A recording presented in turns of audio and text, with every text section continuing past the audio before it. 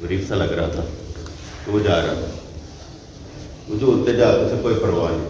میں کہ شاید اس کو زندگی کی قدر ہی نہیں، زندگی ہوتی ہے، اسے معلوم نہیں کہ یہ زندگی اللہ کی امانت ہے، یہ ہماری ہے ہی نہیں. اگر دیکھا جائے تو یہ ہماری زندگی نہیں. اور جس وقت ہم اس زندگی میں اللہ تبارک و تعالیٰ کو لائیں تو پھر اصل مسئلہ ہے، پھر اس کی قدر محسوس ہو. اگر ہم سبحان اللہ کہیں جنت میں رہ لگتے کی قدر ہے تمہاری. اگر یہاں پر بیٹھے بیٹھے بات کریں تو زمین بھی خوش اور آسمان بھی خوش، قدر ہے ہماری. اس لیے ہم زندگی کی قدر نہیں کرتے. مرنے کے بعد نہیں ہوگی، ابھی ہوگی. دنیاوی طور پر ایک مثال سمجھاتا ہوں. TLP والے انہوں نے احتجاج کیا، 2 بھائی اٹھا لیے گئے، ابھی تک نہیں پتا. ساری کیا کہتے ہیں جماعت ہی فریز کر دیں. تو بول رہے کوئی نہیں بول. کیوں نہیں بول؟ بیٹے جب میڈیا پر ان کو بین کر دیا جائے گا، سارے دماغوں سے نکال دیا جائے گا، سارے دماغوں سے نکال دیا جائے گا.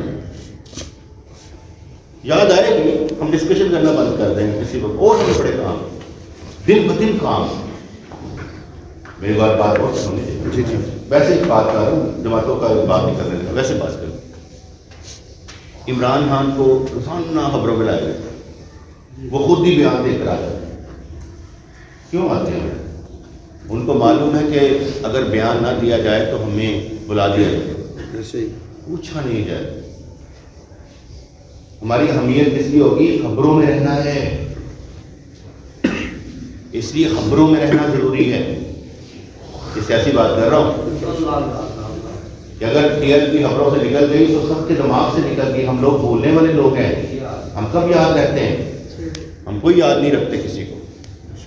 اور وہ لوگ کیوں بار بار لاتے ہیں، بار بار عمران صاحب نے یہ کہہ دیا، بس شروع ہو گئی میڈیا ٹاک. یہ کس کی ہوتا ہے؟ ان رہنا ہے. یہ جو ہم باتیں کرتے ہیں نا، یہ اللہ کی بارگاہ میں ان رہنے کے لیے.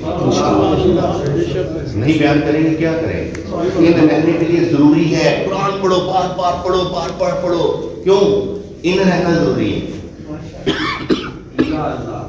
کیوں کہتے ہیں پیر مرید کو ہمیشہ ذکر میں رہو، اٹھتے بیٹھتے چلتے پھرتے ہمیشہ ذکر میں رہو؟ کیوں کہتے ہیں ان رہو؟ بولنا نہیں ہے، کیونکہ دماغ سے ایسے کر کے نکلتا ہے، پتہ ہی نہیں لگے. کیوں کہتے ہیں نیک صحبت بہت ضروری ہے؟ اسی لیے کہا جاتا ہے ان رہو. ادھر سے ادھر جاؤ گے غائب ہو جاؤ. آپ جس سے شدید محبت بھی کرتے ہیں، شدید محبت بھی کرتے ہیں، اس کے باوجود آپ تھوڑا سا ہٹ جائیں وہ بھی دماغ سے نکل جائے. آپ جب دنیاوی معاملات میں الجھے پھنسے مقروض ہوں گے، آپ کے اندر سے ایمان بھی حرکت میں آ جائے گا، گھر بار خراب لگنا شروع ہو جائے گا، پریشانیوں کے ادوار میں اب لڑتے نظر آئیں گے. مسئلہ آپ کا ہے، پریشانی سب کو ڈال دیں. اس لیے کہ آپ ابھی ایمان والے نہیں ہیں، طاقتور نہیں ہیں. اس لیے معاملات کو سلجھا نہیں سکتے، سب کو خراب کر دیں گے، برباد کر دیں گے، تباہ بربادی آ جائے.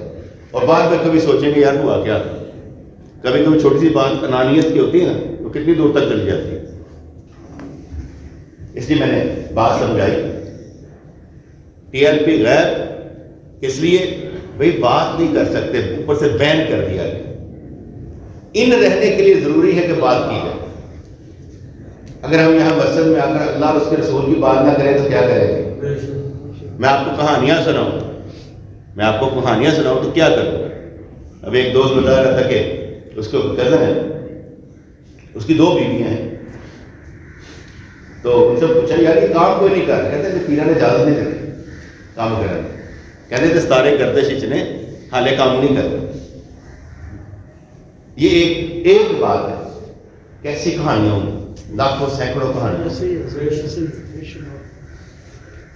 جب آپ لوگ میرے پاس آتے ہیں میں آپ کو ایکشن کی طرف لے کر جاتا ہوں, عمل کی طرف لے کر جاتا ہوں. آپ کو کہانیاں نہیں سنا, مجھے معلوم ہے زندگی بہت ٹف ہے, ایک ہی دفعہ تو ملی ہے, ایک ہی دفعہ ملی, کھیل لے, ہنس کر کھیل, انجوائے کر, مزہ لے, جو دل میں آتا ہے کر, کوئی بات نہیں, آدمی تو کر ہی رہا ہے, میرے کہنے پہ کر رہا ہے, آدمی تو اپنی مرضی کر رہا ہے, چاہے وہ اللہ کی مرضی پر چل یا کسی پر چل, کر تو اپنی مرضی رہا ہے, الزام دوسروں پر دیتا ہے, لیکن کر تو اپنی مرضی رہا ہے. یہ باتیں میں نے آپ کو ویسے بتائی, ان رہنا بہت ضروری ہے, ایک صحبت میں آنا بہت ضروری ہے. یہ بچے بیٹھے ہوں گے, کتنے وضو کے فرض ہیں؟ 4 فرض ہیں. انہوں نے کچھ نہ کچھ تو سیکھا ہوگا, ایسا تو نہیں ہے کہ گھر سے سیکھ لیا ہوگا, ماں باپ سے بیٹھ کے سیکھا ہوگا, توجہ سے سیکھا ہوگا. غسل کے کتنے فرض ہیں؟ یہی سے سیکھا ہوگا.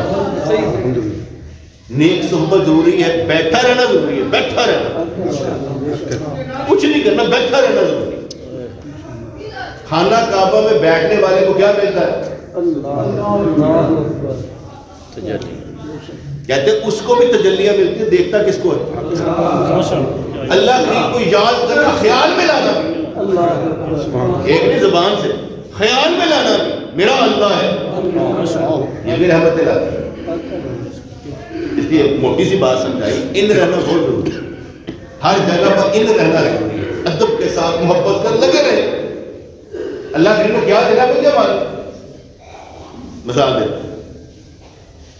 قرآن پاک میں سورۃ الفرقان میں 68 نمبر آیت کے مطابق, آج میں پڑھ ویسے سناتے ہیں, کسی جان کو قتل کرنا حرام ہے, کسی کو مار دینا ناجائز, حرام, کسی کو قتل کر دینا حرام. اور سورۃ النساء کے مطابق 93 آیت کے مطابق جو شخص جان بوجھ کر کسی مومن کو قتل کرے اس کی سزا جہنم ہے جس میں وہ ہمیشہ رہے. کسی جان کو قتل کرنے والا ہمیشہ جہنم میں رہے گا, اور کسی کو مار دینا, قتل کر دینا حرام. باتوں میں آ گئی قرآن پاک کی آیات کے مطابق, 2 چیزوں کے مطابق, ایک تو یہ ہے حرام اور ہمیشہ کے لیے جہنم. آگے چلو, سورۃ النساء 48 اور 116 کے مطابق اللہ کریم شرک کے علاوہ ہر گناہ معاف کر دیتا ہے. اب ان آیات کے مطابق اللہ کریم شرک کے علاوہ ہر گناہ معاف کر دے. تو تسلی ہوئی, تو سمجھ آئی میری بات؟ پہلے میں نے کیا سمجھایا, قرآن کے مطابق کسی کا قتل کر دینا حرام ہے اور اس کا ٹھکانہ ہمیشہ کے لیے جہنم میں رہنا ہے. اور اسی سورۃ النساء میں 48 اور 116 آیات کے مطابق اللہ کریم شرک کے علاوہ ہر گناہ معاف کر دیتا ہے, کر دے. اور سورۃ الفرقان 70 آیت کے مطابق وہ لوگ جو توبہ کریں اور ایمان لائیں, توبہ کریں اور ایمان لائیں اور اچھا کام کریں تو ایسوں کی برائیوں کو اللہ کریم نیکیوں سے بدل دے گا اور اللہ بخشنے والا مہربان. اب یہ بھی آیت آپ کے سامنے آ گئی, تو بات سمجھ میں آ رہی ہے. ایک جگہ پر اللہ کریم فرماتا ہے, قرآن پاک میں فرماتا ہے کہ جس نے کسی جان کو قتل کیا حرام اور اس کا ٹھکانہ ہمیشہ کے لیے جہنم. دوسری جگہ پر فرماتا ہے کہ اللہ کریم شرک کے علاوہ ہر گناہ معاف کر دے گا, اور جو لوگ ایمان لائے, توبہ کریں, نیکیاں کمائیں, اللہ کریم ان کے گناہوں کو نیکیوں میں تبدیل فرما دیتا ہے. اب اس پر تھوڑا سا مزید آگے بڑھتے ہیں. قتل کرنا حرام, گناہ کبیرہ, گناہ کبیرہ, گناہ کبیرہ قرآن پاک کے مطابق سورۃ فرقان 68 ناحق قتل کرنا نا کبیرہ, اور زنا گناہ کبیرہ سورۃ بقرہ کے مطابق 275 سود گناہ کبیرہ. سورۃ النساء 10 نمبر آئے یتیموں کا مال ناحق کھا جانا گناہ کبیرہ. سورۃ بنی اسرائیل 23 والدین کی نافرمانی گناہ کبیرہ. سورۃ الحج 30 آئے جھوٹی گواہی دینا گناہ کبیرہ. اب بڑے گناہوں میں کیا آ گیا؟ ناحق قتل کرنا، زنا کرنا، یتیموں کا مال کھا جانا، سود اور والدین کی نافرمانی اور جھوٹی گواہی. ان کو ہم نے کن میں شمار کیا؟ گناہ کبیرہ. اور بھی ہوں گے لیکن موٹا موٹا. صحیح بخاری 2766 اور 2511 کے مطابق فرمائے گا اللہ کے ساتھ کسی کو شریک نہیں کرنا، جادو نہیں کرنا گناہ کبیرہ. کسی کو ایسی جان کو قتل کرنا جسے اللہ نے حرام کیا. زانی کو تو مارنے کا حکم ہے نا، وہ جائز ہے نا. سوائے حق کے سود کھانا، یتیم کا مال کھانا، جنگ کے دن میدان سے بھاگ جانا. کسی دنیا میں جانے کے پھنسے بجے ہوئے ہو لوگ تو صحیح. ویسے تو ذرا سوچنے مجبور کیتا ہے. جنگ میں یہ حالت جنگ میں نہیں ہو آپ لوگ بجے ہوئے ہو. باغے کیوں ہوئے؟ اللہ سے ٹوٹ کے اپنی مرضی کی سمجھتا ہے. اسی عقل مند لگے نا بکریم جڑا نا انہیں غلط بیان کیتا ہے. وہ ہمیں دیکھو جی اللہ تعالیٰ نا سارا پریشانیاں سنبھال نہیں سکتا. اللہ کریم جیسا کٹتا ہے نا وعدہ نہیں کر سکتا. ایسا نہیں ہے. عقیدہ کیا ہے؟ دین پر چلوں گا تو بڑی بستی ہوئے گی. ٹھیک ہے آگے چلو. تو گناہ کبیرہ میں یہ بھی آ گیا کہ اللہ کے ساتھ شرک کرنا، جادو کرنا، کسی ایسی جان کو قتل کرنا جسے اللہ نے حرام کیا سوائے حق کے، شریک کے، سود کھانا، یتیم کا مال کھانا، جنگ کے دن میدان سے بھاگ جانا، پاک دامن بے خبر مومن عورتوں پر تہمت لگانا. ٹیکسی لگ دی، اے ادھر پھسی لگ دی، اے فلانا خراب لگ دی. پاگل کے پترو تانوں کی لینا دینا؟ دیکھیا جی دیکھا نہیں سنا ہے انہوں ہنس ہنس کے ملتے. آج کا دور ہی ہے ہنس ہنس کے ملے. آپ مجھے بتائیں جب آپ شادیوں پر یا کزن کٹھے ہوتے ہیں کسی پارٹی پر ہنس ہنس کے نہیں ملتے، رو کے ملتے، ہنس ہنس کے ملتے. تو اس کا کیا مطلب ہوتا ہے؟ اس لیے کوئی بھی کہیں پر بھی ہو اپنی غلط فہمی میں نہیں لانا جب تک یقین نہ ہو جائے. اس لیے کہا گیا زانی کو زنا کی سزا کب ملے گی؟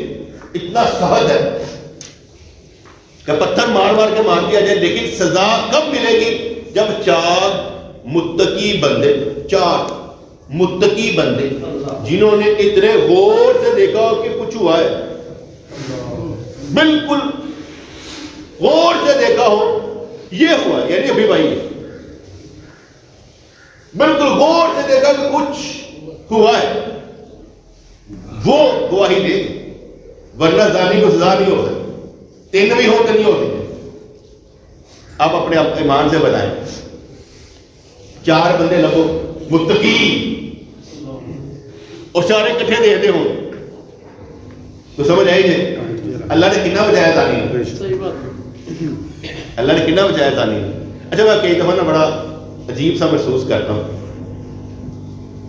اس زبان سے ہم کفر بھی بکتے ہیں، جھوٹ بھی حرام ہے، غیبت بھی حرام ہے، چغلی بھی حرام ہے. اس زبان سے ہم کیا کچھ کرتے ہیں لیکن کوئی سزا نہیں ہے. حرام ہی یعنی پکڑ نہیں ہوگی، پکڑ ہوگی لیکن اس سے اتنا کچھ بکتے ہیں تو کوئی نہیں.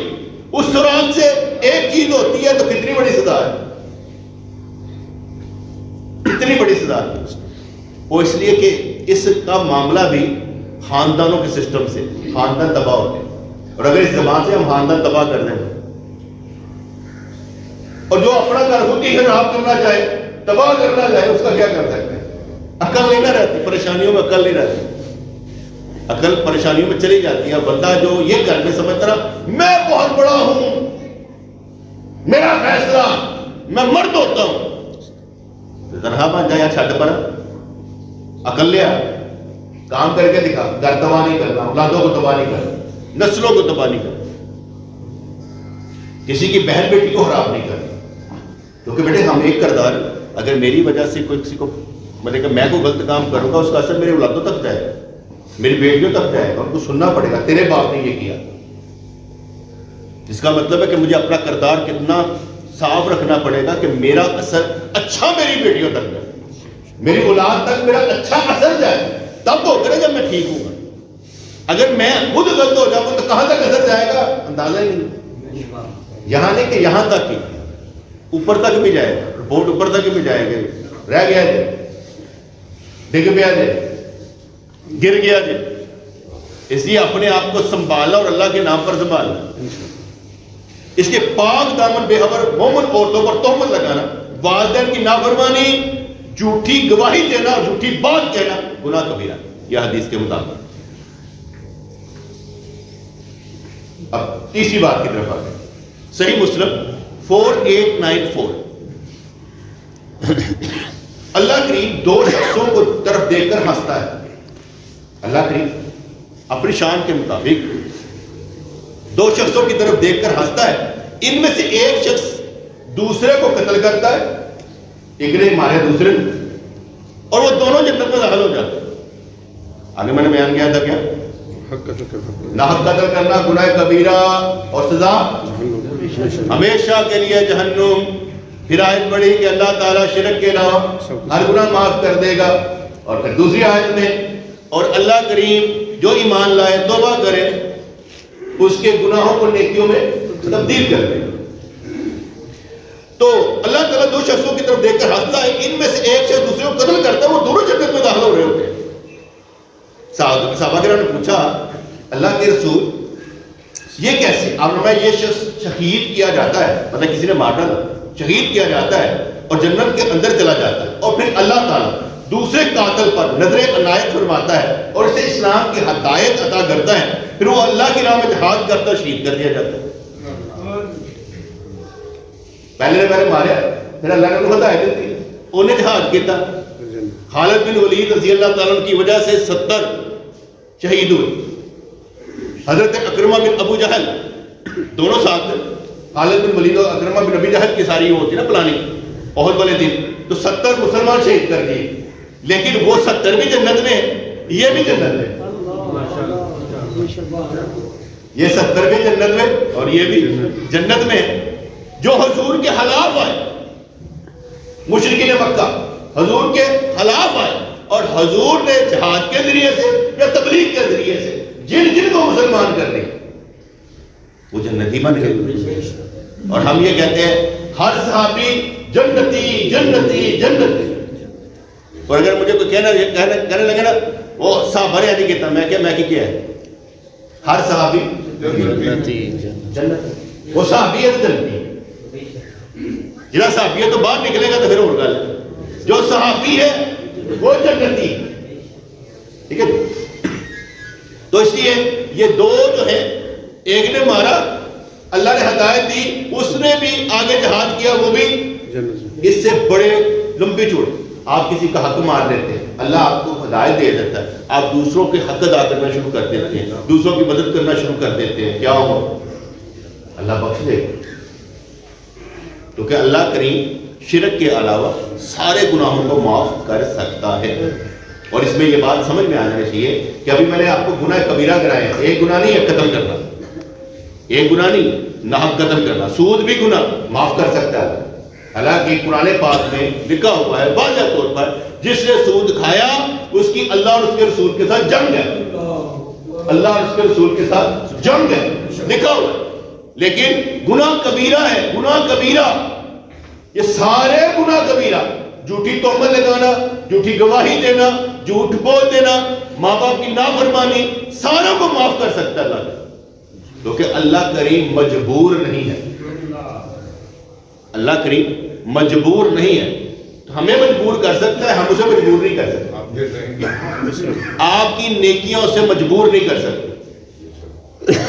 چاہے پھر آپ کرتے رہیں، آپ کا کام ہے کرتے رہیں. اللہ کریم آپ کی نیت دیکھے گا آپ کس نیت سے کام کر رہے ہیں. اور یہاں پر نیت ہی بہتر بنائی جاتی ہے، سیدھی نیت، صاف نیت کے ساتھ کام کرنا چاہیے. تو اللہ کریم کبیرہ گناہ معاف کر سکتا ہے، تو پھر کرنا چاہیے. کہ بچنا چاہیے. کرنے کا مطلب یہ نہیں ہوتا کہ اللہ کریم معاف کر سکتا تو پھر معاف کر دے گا میں کرتا رہا. ایسا نہیں ہوتا. بلکہ بتانے کا مقصد یہ ہے کہ بڑے گناہ اللہ کریم معاف کر سکتا ہے لیکن پکڑ بھی تو کر سکتا ہے. یہ تو نہیں کہ چھوڑ دے گا.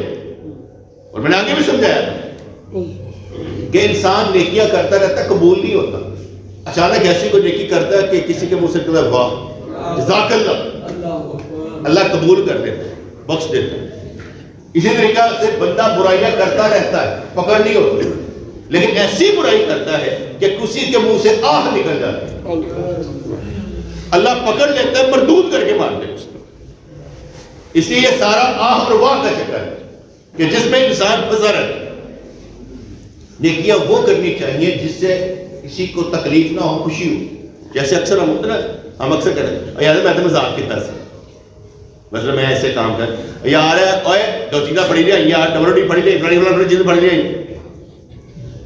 الگ یار میں تو مذاق کی کیا سی یار تیرے مذاق نہ پیسے تو لگ گیا نا, مذاق نہ ہوا, کوئی مذاق نہیں, اے فضول ہی مذاق کر دیو یار ایسے تو کر لیں یار ذرا پڑھ لیا پھر بعد یار میں تو گل نہیں کی تھی.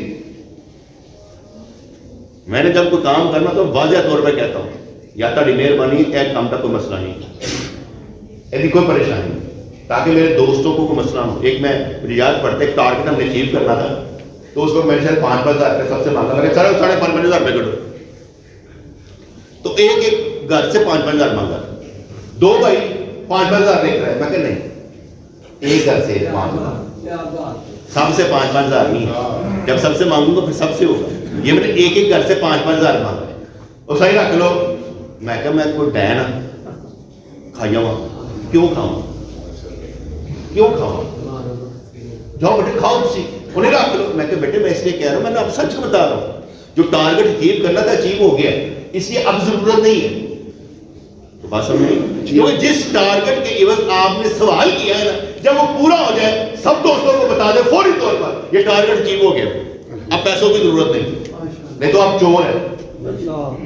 اس لیے تو کہتے ہیں مسجدوں اور کیا کہتے ہیں مدارس کے بعد چندے کی ریڑھی لگی رہتی ہے, وہ اس لیے لگی رہتی ہے نہ بنتا ہے نہ چندہ بند ہوتا ہے. اور ہم لوگوں نے کیا کرنا ہے, جب ٹارگٹ اچیو ہو جائے کہ حد تک اب نہیں پیسے کو ضرورت. ویسے اپنے طور پر کوئی کتنے پیسے بھی دے دیں وہ ہمیں معلوم ہے کہاں سے لگانا. اس کی ایک مثال دیتا ہوں, ہم نے اپنے پیر مرشد سیکھا. ہمارے پیر مرشد رحمۃ اللہ علیہ فرماتے ایک بندہ نا تراویح پڑھا رہا تھا ان کے گاؤں میں, لاہور سے گیا ہوا. اس نے کہا جی لوگ مجھے گھر گھر بلاتے ہیں, ختم دلواتے ہیں اور یہ پیسے دیتے ہیں, میں رکھ لیا کرو. نہیں میں نے اللہ کے لیے کرنا ہے. کہا رکھ لیا کرو, تم وہاں پر لگانا جہاں ان کو فائدہ ہو, تم وہاں پر لگانا جہاں ان کو فائدہ ہو. فائدہ تو ان کو جائے گا نا, تو گھر سمجھ آئے گی. جی بات سمجھ میں. اس نے کہا کہ نیک لوگوں کو پیسے لے کر وہاں لگا دینے چاہیے جہاں, کیونکہ شراب تو نہیں پی رہے بھائی, وہ غلط کام تو نہیں کر رہے, آگے کہیں لگائیں گے تو فائدہ ہی ہوگا نا, تو کس کو ہوگا. اب میں دوسری بات بتا دوں, مثال دے دوں, مجھے پیسوں کی ضرورت تھی, ٹھیک ہے, میں نے گوہر سے کہا یار 10 لاکھ روپے دے. اس نے مجھے 10 لاکھ روپیہ دیا, میں نے وہ کام کیا, سرکولیشن میں آئے, کئیوں کی مدد ہوئی, کئیوں کا کاروبار چلا, کئیوں کا کچھ ہوا. ختم کرنے کے بعد میں نے 10 لاکھ روپے ایسے واپس کر دیا. اب یہ اس کام میں شامل ہوا کہ نہیں ہوا, پیسے میں نے واپس کر دی, نیت بڑی رکھ کے کام کرنا, پیسے تو میں نے واپس کر دیے, لیکن نہیں یہ اس کام میں شریک ہو گیا. اس کی وجہ سے ہوا ہے. جب کسی کو دینے لگا نا تو وائٹ اسپیکٹرم میں دینا چاہیے کہ اللہ ہمیں وہ ڈی ادھر چاہیے, ہمیں وہ ڈی ادھر چاہیے, ٹھیک ہے نا. اس لیے لگانا کہتے ہیں کمانا ایک ہنر ہے, لگانا 70 ہنر ہے. کہاں لگا رہے, فضول نہیں لگانا, فضول نہیں لگانا کہ اجاڑ دو, ایسا نہیں کرنا. جہاں پر لگاؤ دین پروموٹ ہونا چاہیے, اسلام پروموٹ ہونا چاہیے, مسلمان کی عزت ملنی چاہیے. تو اس لحاظ سے کبیرہ گناہ اللہ معاف کر سکتا ہے اور کر دیتا ہے. کبیرہ گناہ کرنے نہیں ہے.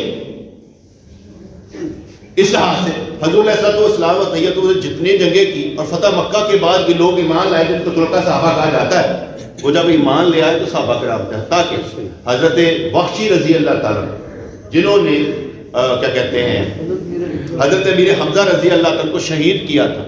حضور علیہ السلام و تحیۃ و ثنا کے جب پاس آئے تو آپ نے ارشاد فرمایا ٹھیک ہے میں تمہیں قبول کر لیتا ہوں پر میری نظر کے سامنے نہ آنا گا, مجھے چاچا یاد آ جاتا ہے, تکلیف ہوتی ہے تمہاری وجہ. لیکن جنتی وہ بھی ہے بھائی. آپ یہ کہیں نہ پڑھ کے حضرت حضور نے اس کو وحشی کو کہا میرے سامنے نہ آنا, یہ سمجھے اتر تسی سمجھنے آنے کامل نہیں ہے اپنی بات. ان کو تو اللہ تعالیٰ ان کے بارے میں تو حدیث آ گئی نا, اسلام میں نبی نے قبول کیا. عبداللہ بن نبی سرا یہ حضور نے مکے مدینہ پاک میں اس کو کاتب وحی پہ مقرر کیا, کاتب وحی مقرر کیا, قرآن لکھنے پر مقرر کیا.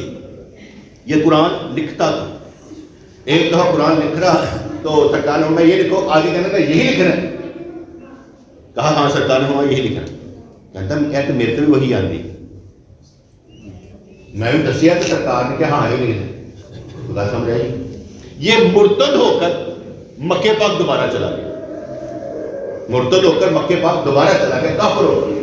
جب فتح مکہ ہوا حضرت عثمان غنی کا رشتہ دار تھا, لے کر آئے سرکار معافی,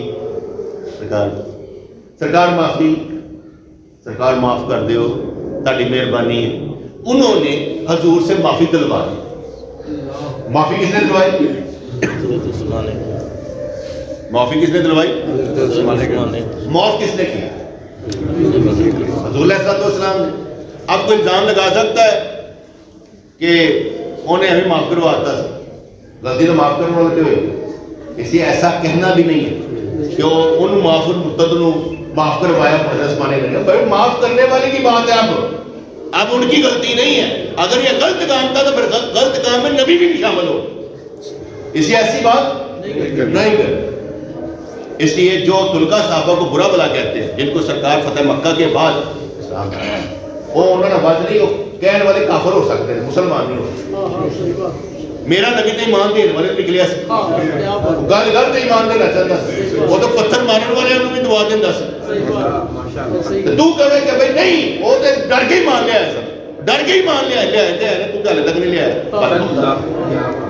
اس لیے نہیں کرنی بات. آگے چلتے جملہ صفین ہوئی, حضرت علی رضی اللہ عنہ کی جان ہوئی, حضرت عائشہ صدیقہ طیبہ طاہرہ رضی اللہ تعالیٰ عنہا سے جنگ جمل اور جنگ صفین ہوئی. صفین کے مقام پر حضرت علی جا کر لڑے, جس سے حضرت امیر معاویہ رضی اللہ تعالیٰ عنہ سے. اور سورت حجرات میں آتا ہے آیت نمبر 9 میں, اور اگر مسلمانوں کے دو گروپ آپس میں لڑ پڑے تو ان میں صلح کرا دو, پھر اگر ان میں سے ایک دوسرے پر زیادتی کرے تو اس زیادتی کرنے والے سے لڑو یہاں تک کہ وہ اللہ کے حکم کی طرف پلٹ آئے.